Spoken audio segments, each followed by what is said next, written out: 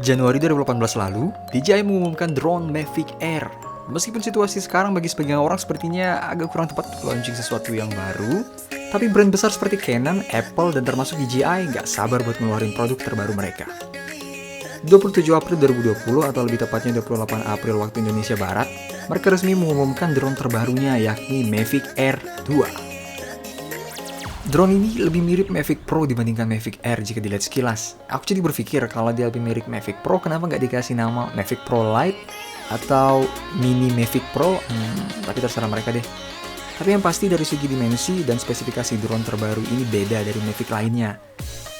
Sedikit lebih besar dari Air pertama, tapi lebih kecil daripada Pro. First impression aku waktu ngeliat drone ini pertama kali itu, kok boring ya, nggak semenarik Mavic Air. Warna abu-abu kusamnya kurang menarik. Menurutku bakal lebih sulit ngelihatnya pas lagi diterbangin di cuaca yang mendung karena warnanya ini. Belum lagi desain yang kurang ramping dibanding pendahulunya. Dari sumber resmi di website DJI, Mavic Air 2 ini beratnya sekitar 570 gram. Beratnya lebih dari 2 kali berat Mavic Mini yang hanya 249 gram. Jelas ini sedikit lebih berat dari Mavic Air pertama yang beratnya sekitar 400 gram. Sama seperti pendahulunya, Mavic Air 2 ini dilengkapi dengan sensor di depan, bawah, dan belakang untuk membantu menghindari objek. Kerennya, Mavic Air 2 ini adalah drone DJI pertama yang bisa menerima sinyal dari ADS-B aircraft lain. Sederhananya, jika ada drone lain, pesawat atau helikopter yang sedang terbang di dekat drone ini, pilot Mavic Air 2 akan mendapatkan notifikasi tentang lokasi dan posisinya di layar, sehingga pilot bisa segera menurunkan ketinggian untuk menghindari hal-hal yang tidak diinginkan. Fitur ini mereka sebut dengan AirSense. Yang jadi highlight features dari Mavic Air 2 ini adalah kemampuannya terbang 10 km dan mentransmisikan video 1080 Full HD live stream langsung dari drone karena sudah disupport dengan OcuSync 2.0. OcuSync, nah itulah dia, generasi terbaru. Terus kemampuan HDR fotonya yang sudah ditingkatkan. Gak cuman itu, sekarang video di Mavic Air 2 ini juga sudah bisa HDR. Nah, berita gembiranya drone ini sekarang bisa memotret 48 megapiksel. Ini big deal banget. Dengan resolusi 48 megapiksel, kamu bisa bebas memotong fotonya tanpa khawatir kehilangan resolusi di foto. Kalau Mavic Air seri pertama cuma bisa terbang 21 menit, Mavic Air 2 ini diklaim mampu terbang 34 menit. Beberapa menit tambahan lumayan lah. Ya, amannya menurutku drone ini waktu terbangnya sekitar 25 menit. Karena berdasarkan pengalamanku nerbangin pendahulunya, yakni Mavic Air pertama, dia cuma aman terbang 15-18 menit dari 21 menit yang tertera di tulisannya. Sebelum aku terbangkan kembali ke tempat asal, karena tergantung kondisi angin, motornya juga akan lebih banyak bekerja menyeimbangkan diri kalau angin nggak stabil. Fitur keren lainnya dari Mavic Air 2 ini adalah dari segi video. Kalau Air original mampu merekam 4K 30 fps, Mavic Air 2 ini bisa merekam 4K dengan 60 fps. Kalau kamu ngerekam di 1080 doang, dia udah support sampai 240 fps. What? Dengan kata lain, kalau mau video slow motion di resolusi 1080, kamu bisa sampai 8 kali slow motionnya. Kamu batu aja kalau di slow moin 8 kali dengan 240 fps bisa kelihatan keren banget. Sekedar informasi, Mavic Air 2 adalah satu-satunya drone di kelasnya yang bisa support video 4K 60 fps. Bahkan Mavic 2 Pro pun kakaknya belum support. Di atasnya ada Phantom 4 Pro versi 2 yang bisa ngerekam 4K 60 fps. Keren? Keren banget deh. Fitur keren lain drone ini adalah 8K hyperlapse-nya. 8K man, kalau diputar di laptop Core 2 aku bisa batuk-batuk berasa tuh laptop. Di Mavic Air udah ada Creative Shot atau Active Track-nya. Ini adalah mode yang disediakan DJI untuk mempermudah kita merekam dan membuat sinematik video dengan otomatis. Cukup sekali sentuhan di layar, drone secara otomatis terbang dan merekam gambar secara dinamis dari angle yang keren.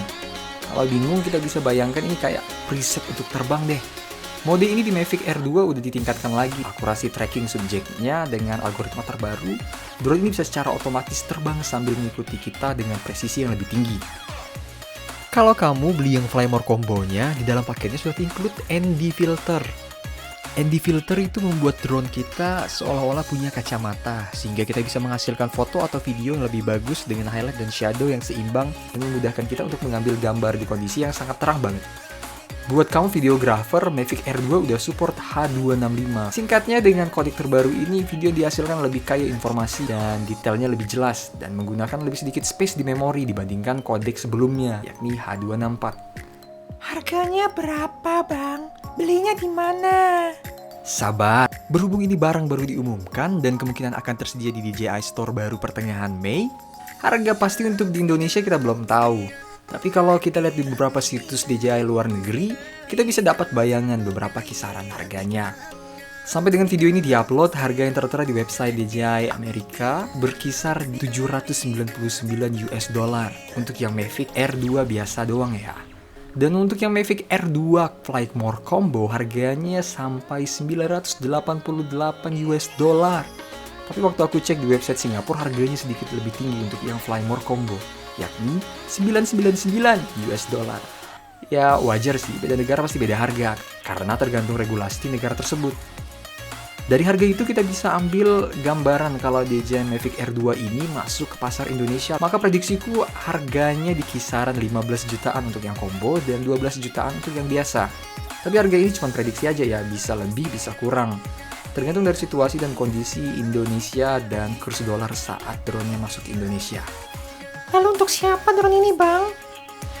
Jawabannya tergantung. Kalau kamu baru belajar dan budgetnya terbatas dan belum pernah sama sekali nerbangin drone, tapi pengen menghasilkan video atau foto dengan kualitas yang baik, aku saranin cek Mavic Mini deh, adiknya si Mavic Air Series ini.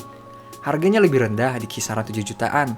Kamu udah bisa ngerekam video dengan kualitas yang mumpuni dan menghasilkan foto yang oke banget.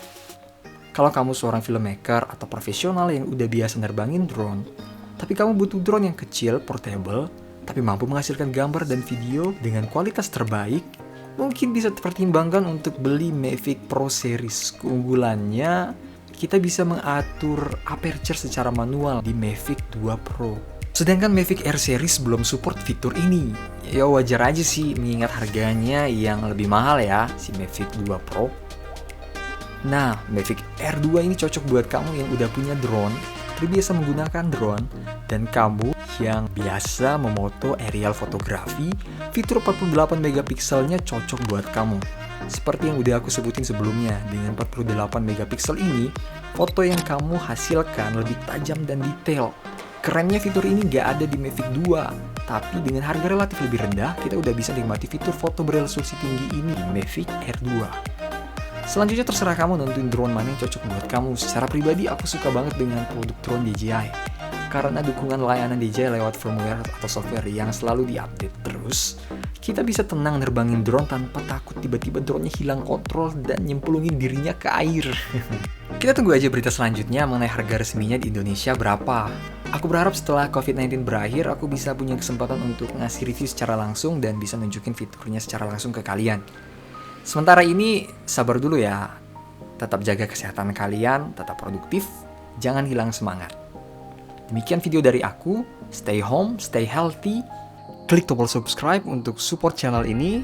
Silahkan like dan dislike, dan sampai ketemu di video berikutnya. Bye!